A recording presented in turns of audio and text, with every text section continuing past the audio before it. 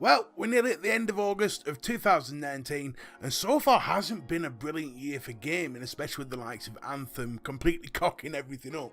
But amongst the chaos, there has been a few good picks, and I'm here to give you my top 5 games of 2019 so far. So without any further ado and all the bullshit to one side, let's roll. My first pick isn't so much a game release as an update for a game. And that update is the new Beyond update for No Man's Sky.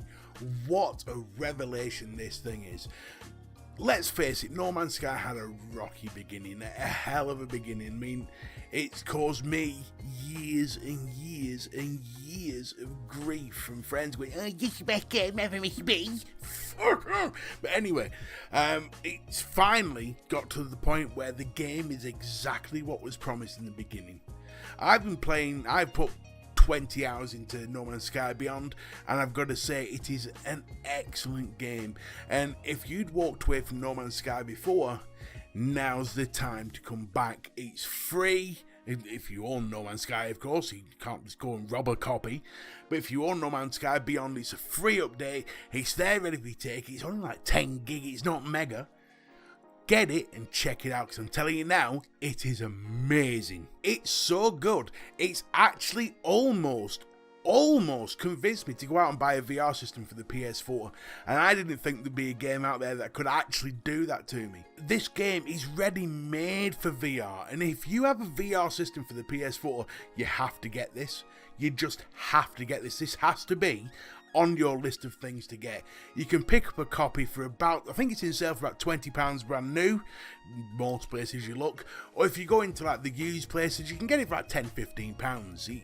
It's not a big amount of money to give over for an amazing experience, especially in VR.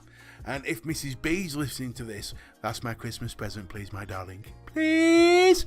With that being said, on to the next pick. For my number 4 choice, it has to be Crash Team Racing.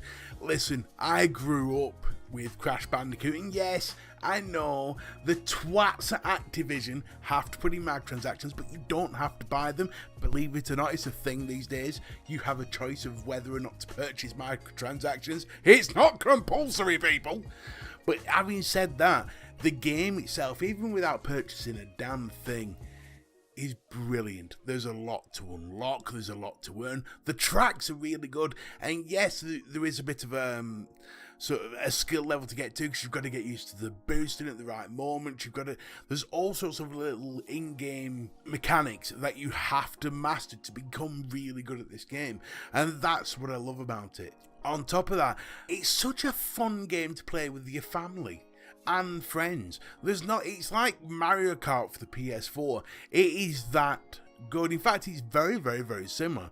It's practically a reskinned Mario Kart. All the characters are really fun and funny to use. Crash Bandicoot looks amazing. The fact that you can play the original Crash Bandicoot, yeah, sign me up, except that's just bob on. Crash Team Racing is one of these games that you'll not play all the time. It's not something that you'll play for hours and hours and hours on end, but it is a game that you'll keep on your shelf, and when you're bored of everything else, when there's a dry spot like there is right now in gaming, it's handy to put in, especially if you have a few friends over and you're all a bit drunk. Brilliant game to play, especially if you're going to do drinking games to it. That's even better. Crash Bandicoot, Crash Team Racing, drinking games. Gotta be done. So that's my number 4 pick, Crash Bandicoot's Crash Team Racing. Before we move on to my number 3 pick, however, I'd just like to remind you that if you do enjoy this video, please help me support. I'm trying to get to 1,000 subscribers, so if you haven't subscribed, please subscribe, and if you do like this video, please hit like. It's not a hard job, it's just it's around the video somewhere. Just hit like, please, I'll come round to your house and make you a brew that you can enjoy the rest of this video with. So with that being said, let's get to number 3. My number 3 pick is a bit of a controversial one. It's Rage 2. Now, the reason why it's controversial is because I give this game a bit of shit, and the reason why I gave it some shit is because it had a really short story. I think it's about 8 to 10 hours to complete. I think one geezer completed it in an hour, but he's just a maniac. But you can complete this game in about 10 hours if you concentrate on the story. However, that does not mean the game is bad, it just means it wasn't brilliant value when it came out. That's all that why I was giving it shit. However, the game itself is damn decent. It's a bloody good game. I mean, the gunplay is amazing, and the shotgun is probably the best shotgun in any game that's ever been created in all time, and that is a huge accolade, because the shotgun's one that we all love. Let's not break bones here. All Guardians in Destiny love the shotgun. They don't like saying it, but they do love the shotgun. All Doom maniacs love the shotgun. All Wolfenstein players love the shotgun. The shotgun is the one that makes it, and in this game, in Rage 2, the shotgun is amazing. Apart from that, the other gameplay, like going around the map, can seem a little bit boring at times, but it's an open world, and it is an interesting open world. An open world there which you explore. There is actually plenty to do. There's plenty of thugs to take out, there's plenty of bandits to kill, there's trains like the American road trains, there's them things to kill, there is loads to do, as well as upgrading your character as well, with a decent story. Granted, it's only 10 hours, but it's not a bad story. Would I put it up against something like Anthem? It beats Anthem every time. Would I put it up against my number 2 pick? Well, it doesn't beat that, I'm afraid. I'm going to get into that now. My number 2 pick is the one and only, the most polarizing game of 2019 so far, Days Gone. Now, I know what you're thinking. Mr. B has a brave choice, and it is a brave choice. But let me tell you why I've got it at my number 2 spot. Despite the many bugs that it was released with, and there was a few, there were some audio glitches, some lighting glitches, and things like that, the story was amazing value for money. And anyone who knows me knows I put that quite high on my expectation for games. The story was 50 hours long, and it was an excellent story to boot. There was plenty emotional playing it. There was certainly parts where you were like, oh, the game's over. Oh wait, no it isn't, it carries on. And I've never really seen that done before in a game, where you think the game's over and it just carries on anyway. You think you're going into the end game content, you're actually not. The story carries on. The story itself is a massive plus point for this game. And then there's the zombies. I mean, these are proper zombies. We're not talking the slow, Walking Dead type zombies. You know, we're talking fast, quick, aggressive. Will literally mess your shit up in seconds if you don't make the right play at the right time.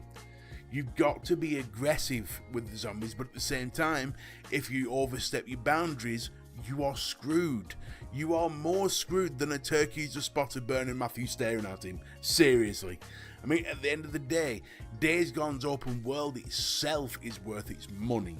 The open world it's part alive, it's part sleepy, it's 100% atmospheric, and that it's so immersive, it's unreal.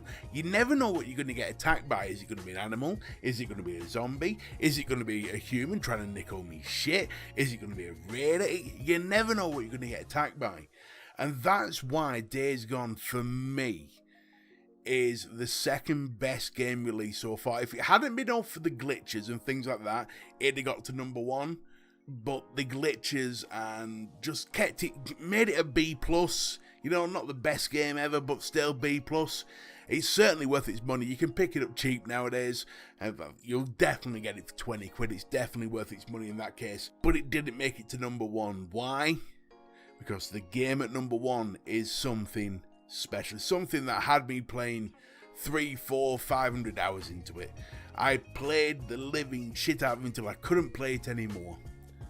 And that game is Tom Clancy's The Division 2.